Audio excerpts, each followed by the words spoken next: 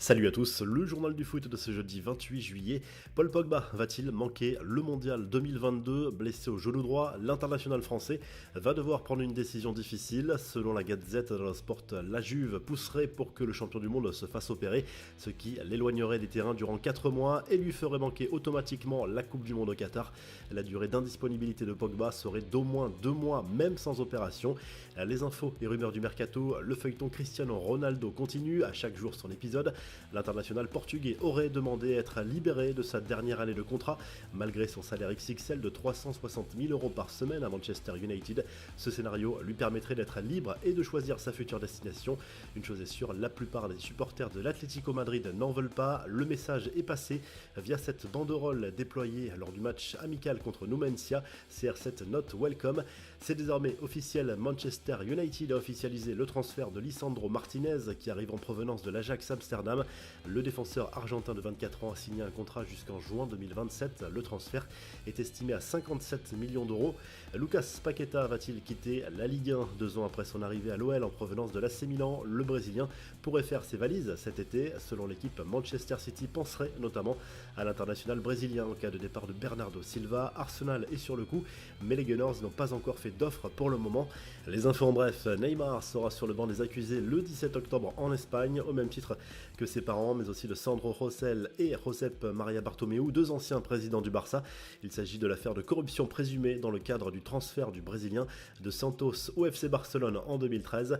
Énorme soulagement pour les Girondins de Bordeaux et leurs supporters. Le comité exécutif de la Fédération française de foot s'est prononcé en faveur du maintien du club bordelais en Ligue 2, déjugeant au passage la DNCG qui avait prononcé une rétrogradation administrative du club en National 1.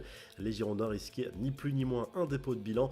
La méthode Igor Tudor génère visiblement certaines tensions dans le vestiaire marseillais. Le ton est monté à l'entraînement cette semaine entre Gerson et l'entraîneur de l'OM. Une altercation visiblement rapidement réglée aurait eu lieu lors d'une séance d'entraînement à huis clos. Le technicien de 44 ans, arrivé de l'Hellas Vérone cet été, est le plus souvent décrit comme un coach au caractère très affirmé. Marseille qui a poursuivi mercredi soir sa préparation estivale avec un match nul, un but partout contre le Betis Séville. Il y a eu une grosse altercation en fin de match juste après l'égalisation du club espagnol. Matteo Guendouzi s'est notamment fait violemment tirer les cheveux par Andrés Guardado. Scène inimaginable et lamentable lors du match entre Fenerbahçe et le Dynamo Kiev. L'ouverture du score des Ukrainiens a été accueillie par un chant à la gloire du président russe Vladimir Poutine. La bêtise de certains supporters n'a décidément aucune limite, même si la plupart des fans du club turc dénoncent cet épisode sur les réseaux sociaux. Sur le terrain, c'est le Dynamo Kiev qui s'est qualifié pour le 3e tour des éliminatoires de la Ligue des Champions.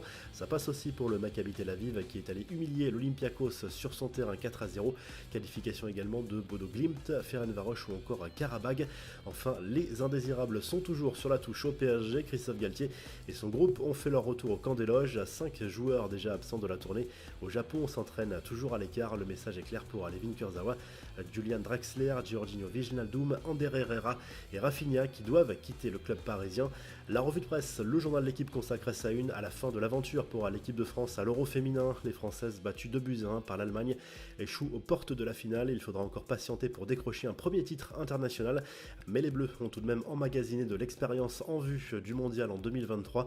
La finale opposera donc l'Angleterre à l'Allemagne. En Espagne, le journal Marca évoque lui aussi le mercato de Cristiano Ronaldo dont la clé se nomme Antoine Griezmann. Pour avoir une chance d'attirer la star portugaise, les Colchoneros devront bien se séparer du champion du monde dont le salaire pèse très lourd sur les finances, mais a priori Griezmann n'a pas du tout l'intention de partir. Et en Italie, on retrouve Paul Pogba à la une de la Gazette dello Sport. L'international français va en effet devoir prendre une décision importante au sujet de sa blessure. Par ailleurs, l'AC Milan aurait enfin bouclé le transfert du milieu belge de Bruges, Charles de Ketelaere, un transfert estimé à 35 millions d'euros, bonus compris. Si le journal du foot vous a plu, n'hésitez pas à liker, à vous abonner pour nous retrouver très vite pour un nouveau journal du foot.